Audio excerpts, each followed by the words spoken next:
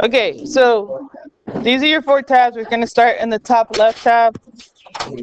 This tab, identifying similar triangles. So we've already done similar triangles, but now we're going to look at similar right triangles. So there's just some basic facts we need to know. Basically, if a right triangle has an altitude and it's drawn to the hypotenuse, then the 2 triangles formed are similar to the original triangle. So there's 3 triangles in total, and all 3 will be similar.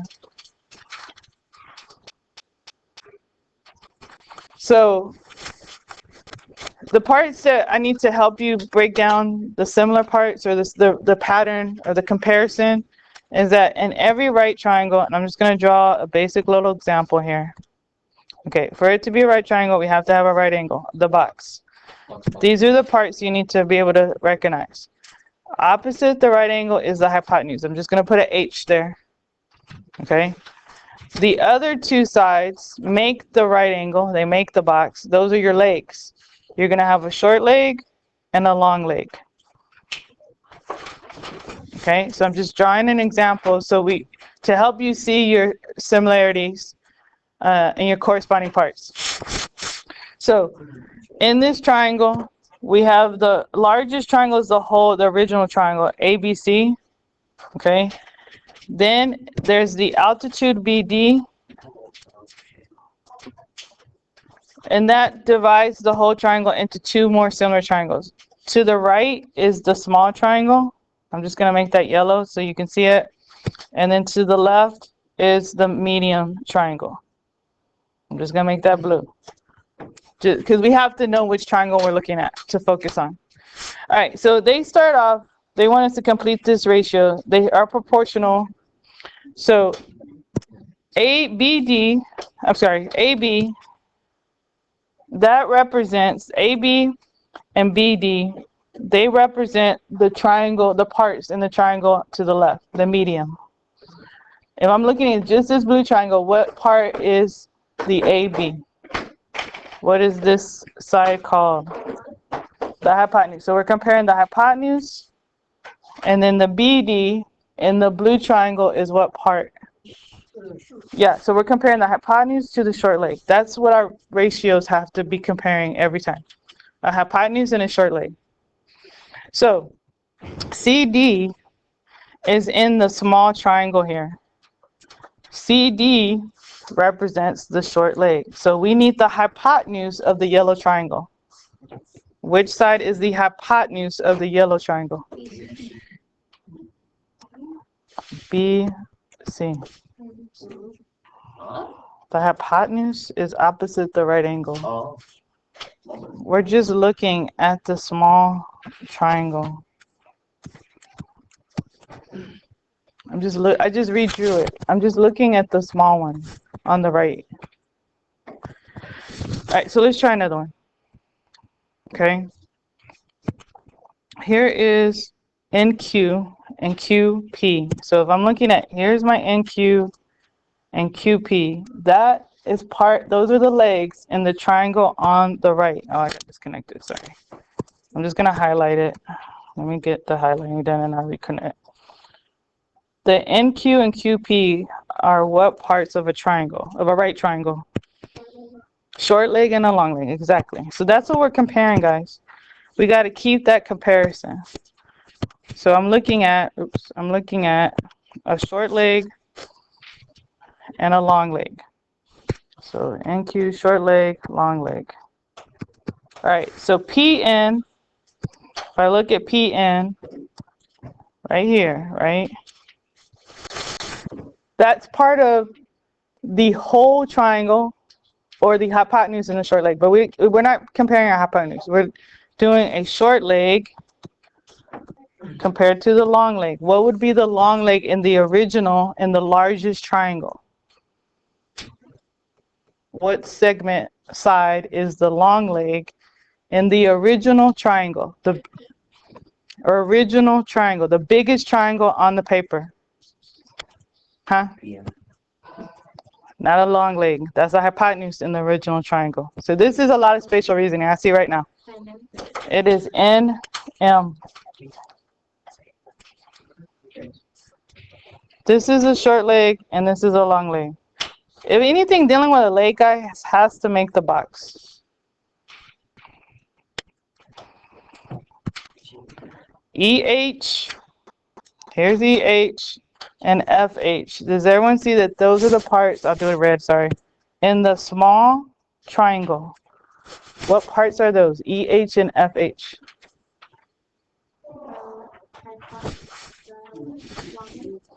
Nope. So I'll highlight it. I'm looking only at this triangle. It is long leg and short leg, but EH is which one? Short leg, and FH is over long leg. So now when I go to FH, that is now the medium triangle here, and FH is the short leg in that medium triangle.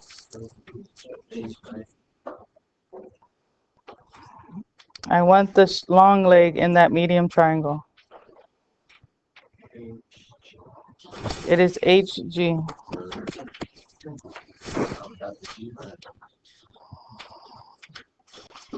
So now we're just seeing the parts. If you can't see, you might have to redraw them to help you see, but we're gonna have to compare the same parts, yes? What was the previous one? NM. So now we're going to solve for the missing side. So if you look at the right side, using the similar triangles to solve. Okay, so it has been drawn. So we have similar right triangles. On number 4, they want us to find x. X is part of the small triangle. I'm looking at just the triangle on the right of the altitude. So that is here. What part is the x to the triangle? No. It is the short leg. I'll redraw it. Look, it's drawn like this. Like, there's your X, there's your box. This is the short one. This is the long one. The hypotenuse is opposite the right angle. Okay. Okay, so X is the short leg. What is another part in that small triangle? The 12. And what does that 12 represent? So we're comparing a short leg and a hypotenuse for our ratio. Yep, it would be x over 12, not 36. I need the short leg in the large triangle, the original triangle. That is the 12. The hypotenuse in the large triangle. It is the 36. Yep. So now we're just cross multiplying. 36x equals 140. Yes, 36x equals 144. Yes, x equals 4. Okay, let's try number 5. X is part of the small triangle. I'm trying to focus on this small triangle. You're right, short leg over what? Hypotenuse, yes. They gave us x is the short leg, 6 is the hypotenuse. So we're doing a short leg over a hypotenuse. That's going to equal to the short leg in the large triangle. That would be 6. And the hypotenuse in the large triangle, 12. So now we're just cross multiplying. 12x equals 36. So x equals 3. Yes. Okay, now the x is talking about this whole side, and it's part of the large triangle, the original triangle. That x represents what part? The hypotenuse. Okay, so I need another part in the large original triangle. And what is that part?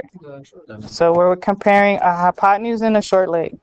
So x over 9 is going to equal to, I need the hypotenuse in the small triangle. Yeah, 7/6. Yes, the hypotenuse in the small triangle is the 9, and 6 is the short leg. So we're cross multiplying, we get 6x equals 81. So it's a decimal. It is a decimal answer. Yeah. Okay. So you can still use this method for any similar right triangles, especially when the altitude is drawn, but there are some shortcuts. That's the bottom part. So we're looking at now the geometric mean theorem with the altitude. We did this one on Friday. So I'm at the bottom right. So basically, in a right triangle, if you have the altitude from the right triangle to the hypotenuse, it will divide the hypotenuse into two segments. So anytime I have the altitude drawn, this is the altitude, CD is the altitude. I'm just going to label that, abbreviate ALT. It divides the hypotenuse of the original triangle. That's the AB. It divides it up into two parts. AD is part 1, and then from D to B is the part 2. This will help me see the relationship. If I have been given a measurement for the altitude, or if the altitude is labeled, this is when we go back and we're doing heartbeat.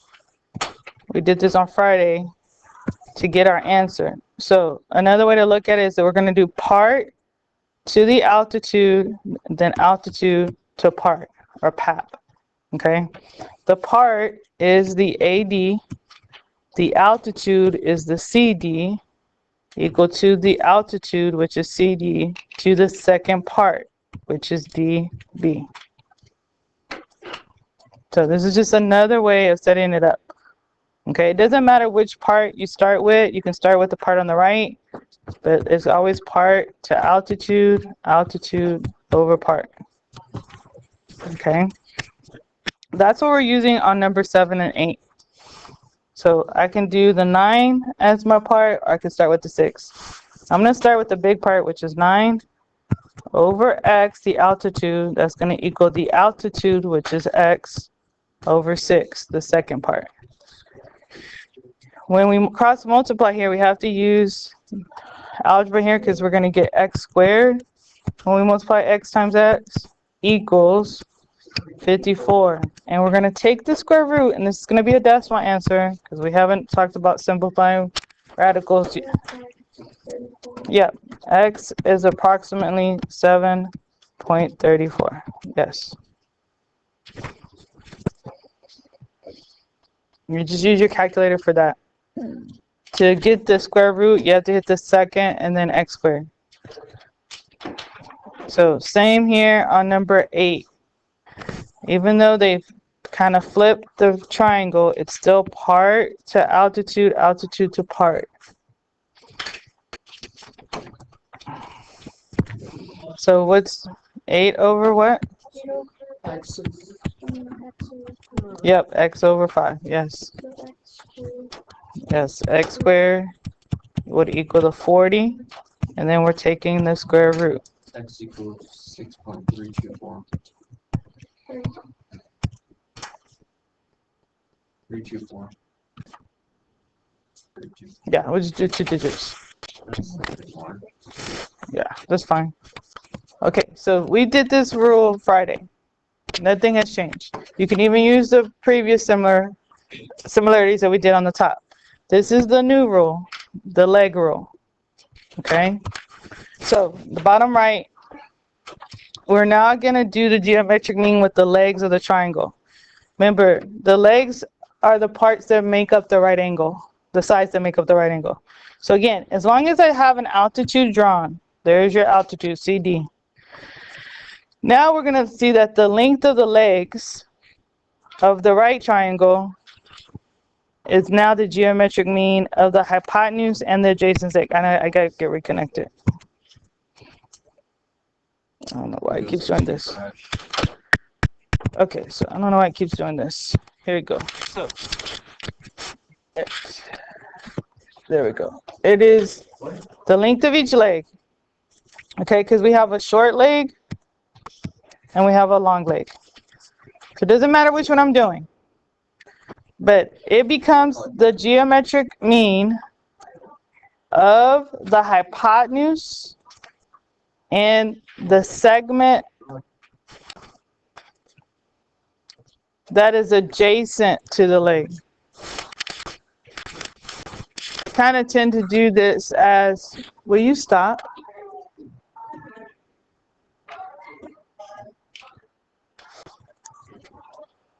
I kind of refer to this as our boomerang method. So we go from the hypotenuse, AD is your hypotenuse. We're going to go from the hypotenuse to a leg. So I want to go to the short leg, come back down the short leg and stop at the adjacent segment, the segment next to that leg. So the way this looks like is it's the hypotenuse to the leg, leg to the part.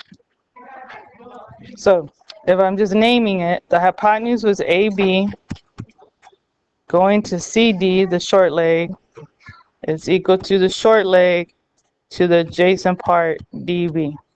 So that's doing the short leg. I can do the same thing going to the long leg, but I have to always start with the hypotenuse.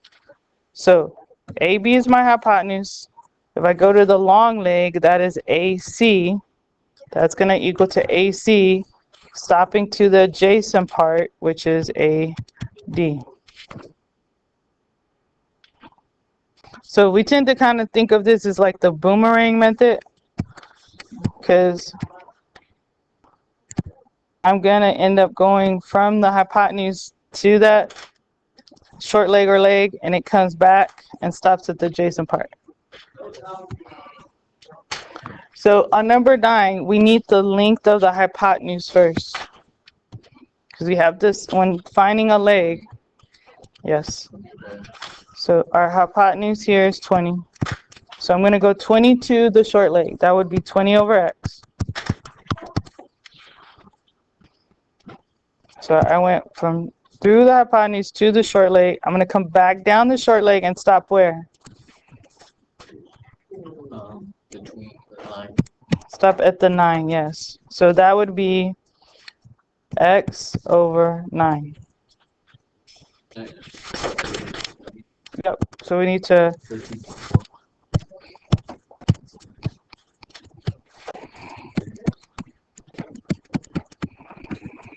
You're going to take the square root.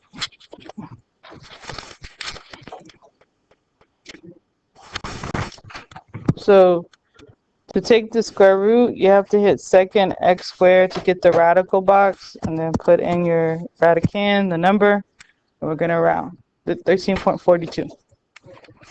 Okay. X is approximately 13.42. All right, so let's just try number 10 here. On 10, we do have the hypotenuse. This is the hypotenuse is the 8. But now I'm going to the long leg.